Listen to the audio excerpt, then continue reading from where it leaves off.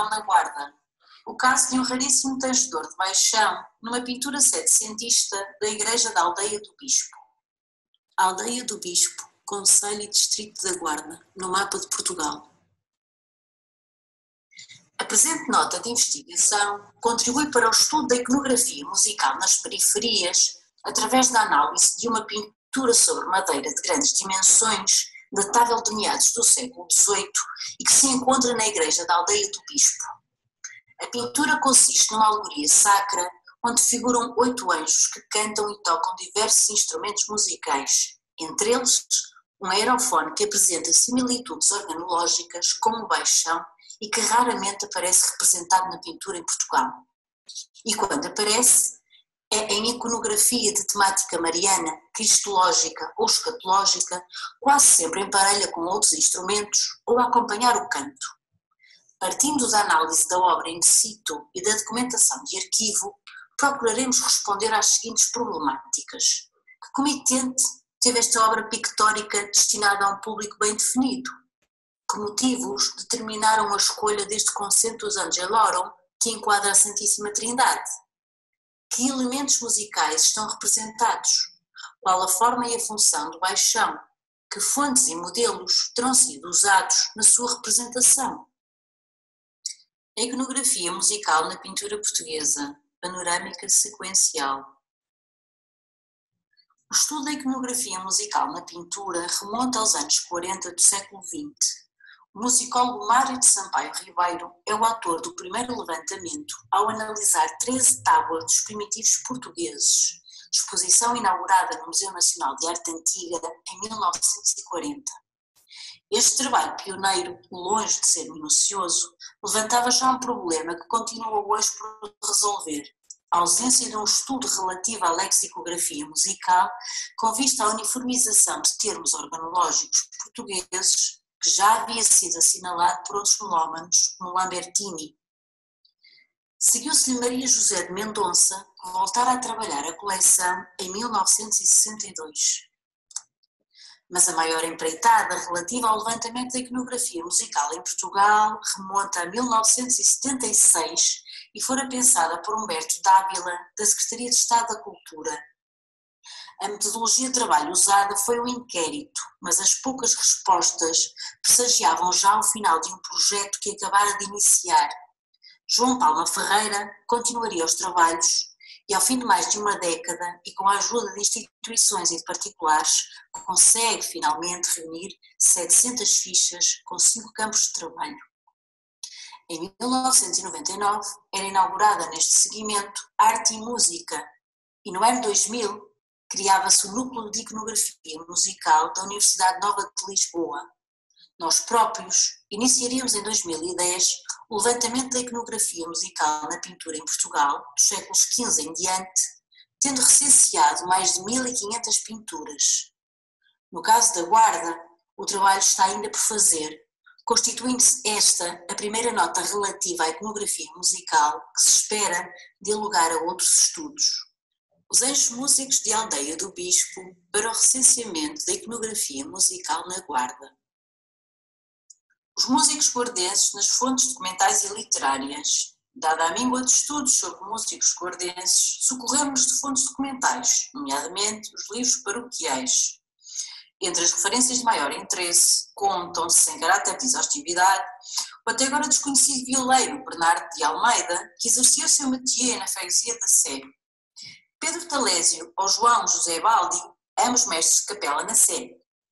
Dona Tomásia Nunes, música e mulher de rara cultura. Ou Leonias de Pina, autor de vários opúsculos pertencentes à teórica da música. Personagens que atestam a vivacidade musical naquela cidade ao longo dos séculos XVII e XVIII.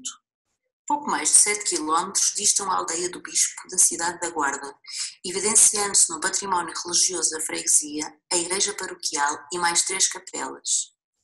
A capela de Santa Cruz, a de São Sebastião e a de São Domingos, hoje ruína.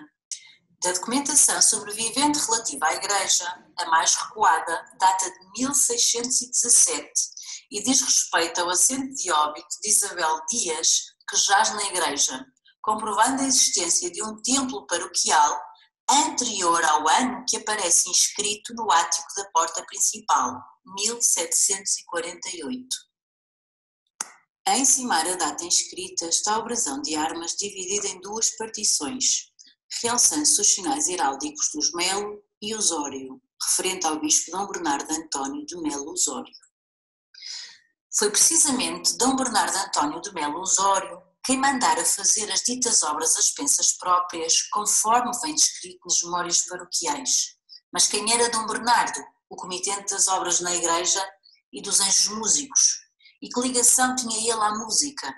Natural do Porto, filho de Pedro de Castro e Sousa, fidalgo com origens na Guarda, Dom Bernardo fora lendo na Universidade de Coimbra e depois bispo da Guarda, revelando-se um prelado dinâmico e empenhado que incumbira inclusive o organeiro Bento Fontanes de Maqueira da feitura do monumental órgão da Catedral que se encontra hoje em fase de restauro. Os instrumentos musicais figurados nos anjos músicos, definição, forma e função do baixão. A pintura que serve de enquadramento à Santíssima Trindade, escultura setecentista antropomórfica de tipologia vertical, que traduz plasticamente a crença em Deus uno e trino, encontrava-se muito suja e com destacamentos na camada cromática, tendo sido intervencionada no início da centúria.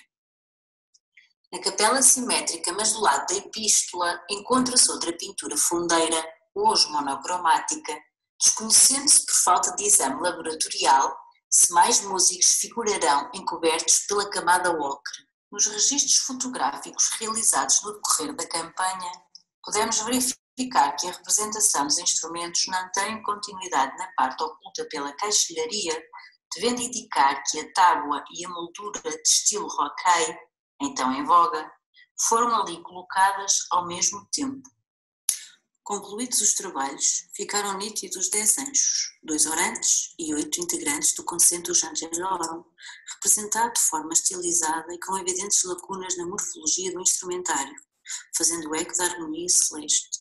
O agrupamento é constituído por uma harpa rematada por voluta, uma violinha de mão com boca sonora ornamentada sobre o tampo harmônico, braço longo e 5 ordens, um violino e respectivo arco, 4 cantores, 3 livros de música com notação mensural e quadrada e um rolo impossíveis de transcrever para notação moderna. Finalmente o baixão. Se atentarmos aos documentos de arquivo, verificamos que em meados do século XVIII coexistem nas fontes documentais as designações baixão e fagote, apesar da predominância deste último. Entre os exemplos arquivísticos citamos 3, Gaspar de Melo, um mulato que tangia baixão na sede de Lamego, Frei Manuel que tangia órgão e baixão no mosteiro de Pombeiro, ou Luís Aragão que tangia baixão e fagote no mosteiro de Odivelas. O baixão, que designa o instrumento sobre de madeira com tudela e palheta dupla, tocado em posição oblíqua, era usado nas procissões, no teatro ou em âmbitos litúrgicos para reforço das vozes, substituição de uma voz ausente, ou para execução das partes mais graves dentro de um agrupamento musical, como é aqui o caso deste baixão de tipologia baixo. A principal diferença entre o baixão e o fagote verifica-se na forma.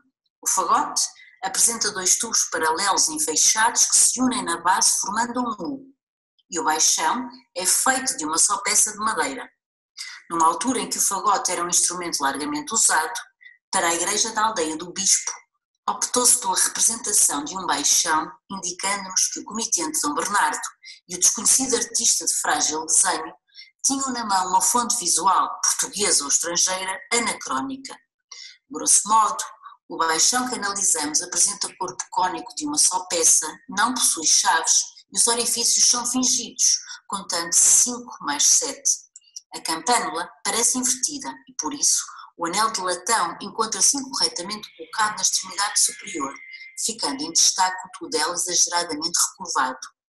Por fim, a correspondência visual do baixão na arte portuguesa é muito escassa, o que justifica por si a concretização da presente nota de investigação que nos permite saber mais sobre a pintura e a música nas periferias.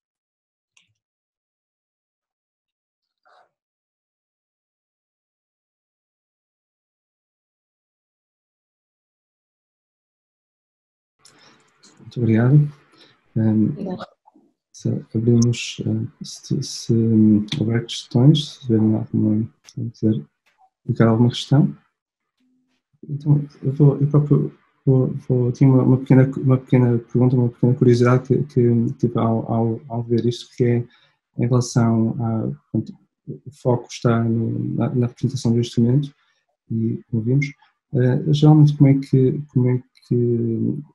qual é o nível de rigor também na representação do instrumentista em si, da posição, da forma como está a tocar, porque vemos, parece um contraste um bocado grande ainda assim. Sim, sim. Se estivermos a falar em pintura numa metrópole ou numa grande cidade, geralmente estamos a falar de um pintor que tem uma melhor escola ou que tem maior rigor. Neste caso estamos a falar, como eu frisei bem, de uma periferia, ou seja, o rigor no desenho não é tanto, mas a presença da música é bastante rigorosa, por estar ali muito próximo de uma cidade onde se faz muita música e onde os documentos me mostram que há construtores e tangedores de instrumentos musicais muito variados.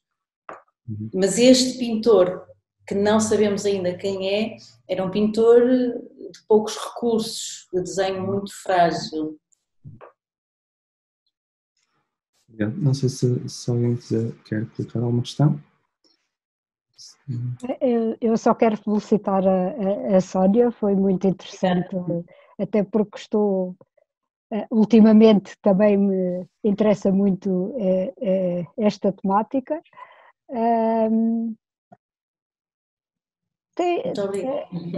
Mas tem encontrado muitos baixões ou estes instrumentos por este Portugal fora, desta época? Não, daí eu ter dado o título de raríssimo, é muito raro. Há instrumentos que se repetem muito, o alaúde, a harpa, por exemplo, o baixão aparece muito poucas vezes, e o outro instrumento que também aparece muito poucas vezes é o adufo, por exemplo, que são dois instrumentos que aparecem largamente na literatura, mas depois não temos representações visuais dele. Há outros instrumentos que também, mais de cariz popular, que são bastante representados, como as gaitas de foles, mas estão circunscritas a uma só temática, que é a adoração dos pastores. Okay. Por vezes pode aparecer numa ou outra situação, mas instrumentos de percussão e instrumentos como o baixão é muito, muito raro. Daí eu ter ganhado a coragem de apresentar uma pintura, no caso, tão periférico como é este da Aldeia do Bispo.